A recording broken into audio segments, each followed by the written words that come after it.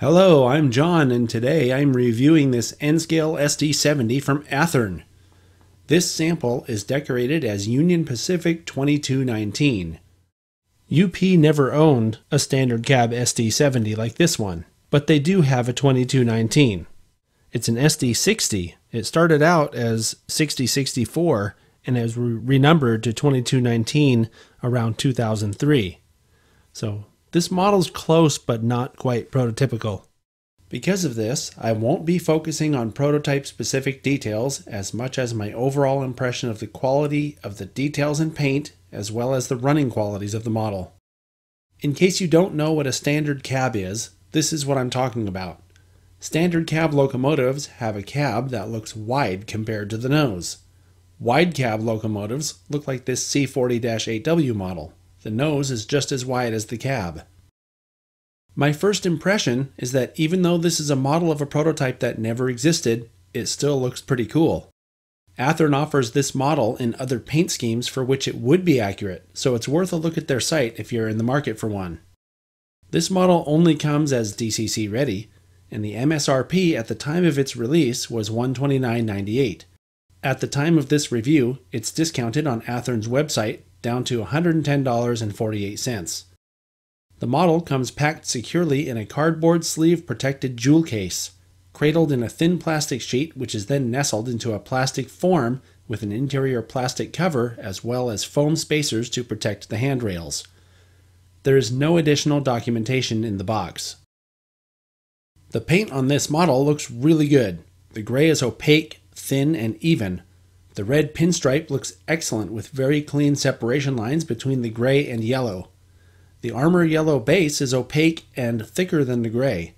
The thickness of the yellow paint softens the lines on panel and door seams slightly, but not really enough to complain about.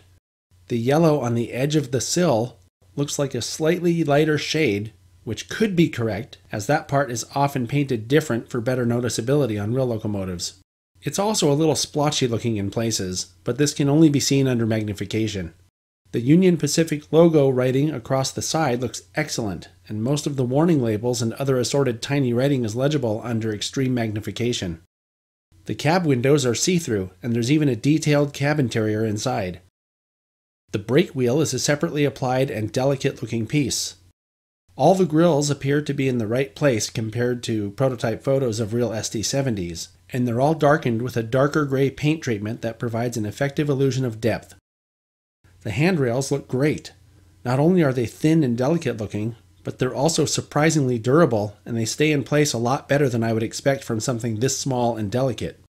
There is a slight discrepancy in the shape of the handrail on the engineer's side between the prototype photos and the model.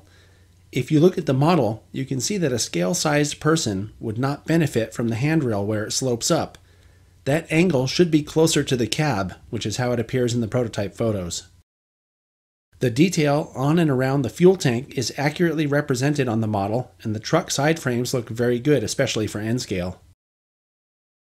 Detail on the fireman's side is very similar to what can be seen on the engineer's side, and details such as the bulge behind the cab look true to the prototype photos of SD70s I have found on the internet. The shape of the handrail is more accurately reproduced on this side. There's a gap in the F on the Pacific part of Union Pacific here. It's along a pretty deep seam, so it's plausible. The front of the model looks good with molded grabs and a molded sand filler cap on the hood. The black gasket treatment around the windows is a really nice touch. The windshield wipers are molded on the windshield, but have a nice to-scale look. The white striping on the edges of the steps looks really great considering how small the model is. The UP Shield logo is well done, especially when you consider that it wraps across a ridge right down the middle. The snowplow is separately applied, and the hose detail on the pilot is molded.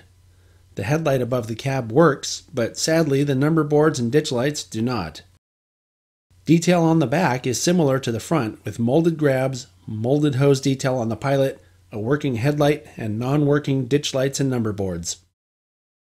Both ends have McHenry knuckle couplers, and both couplers are low compared to the microtrain's height gauge. The air conditioning unit on top of the cab is a separately applied part. I like how they used a white piece here. It really stands out. How about that dynamic brake fan, another standout feature because of the contrasting silver color. The gray on the inner part of the grille makes the silver even more noticeable. I think it looks really great. Moving toward the back, there are some molded hatches, a nicely rendered separately applied 3-chime horn, 3 fans that look like separate parts but are actually molded, and some molded grabs at the very end. The bottom of the model has very little detail, which is consistent with most N-scale diesel offerings. The nickel-plated blackened wheels are all in gauge. The model weighs 3.9 ounces and registers 0.8 of an ounce of pulling power on the force gauge.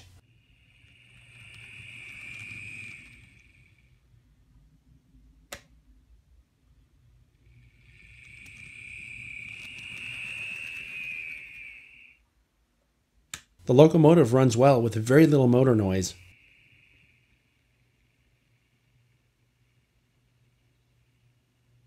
It has really good low speed control. It may not be too apparent on the video, but the headlights have an orange look to them that I don't really like. As I mentioned before, the number boards and ditch lights are not functional. The shell pulls off like most N-scale locomotives. It has a factory light board and no DCC plug. I'll probably find a suitable board replacement style DCC decoder for this model to replace this light board. This is a pretty cool looking model that runs exceptionally well. I have to take a spike for the low couplers, and I'm going to objectively take one spike off for the prototype inaccuracy. I'll talk a little bit more about that in a minute. My final verdict is a qualified 8 out of 10 spikes. So let me explain the qualification. I've mentioned before that I am not a hardcore rivet counter. I think this is a really nice model, and even though UP never had a standard cab SD70, it still looks great sporting the Union Pacific livery.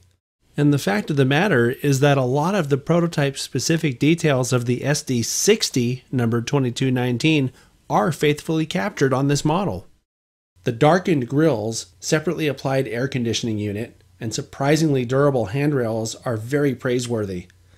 I'm sure Athearn realizes this is a fictitious model, so I found it a little strange that the box says stuff on it like paint and lettering recreated from photos, drawings, and field research. While I am sure that this is definitely true for some of the non-fictional paint schemes, it seems like it would be more appropriate to state on the package that the Union Pacific version is fictitious, or to simply just omit the true-to-prototype bullet points from that list. I probably would not have deducted the spike for prototype accuracy if this had been the case. That's why I said qualified 8 out of 10, because without the wording on the box that implies prototype accuracy, this is easily a solid 9 out of 10 spiked model. There are a lot of other things to brag about, like the great paint, the details, and how about the operational performance of the 5-pole motor? You can decide how important the prototype stuff is to you, but everyone likes a good runner. For around $100, and considering the model comes with detail and running qualities that are consistent with or better than other comparably priced N-scale offerings, I think this is a good value. If you're a hardcore rivet counter, you might just pass on this one unless you want to strip the paint and redecorate it as something that actually existed. For everyone else though, it's a great looking model that runs exceptionally well. I think it makes a great stand-in for an SD60, and I'm looking forward to adding DCC and sound to it so that I can run it. Please subscribe for more content like this, and let me know if you liked the video by hitting the thumbs up button and commenting below. Thanks for watching, and make it a great day.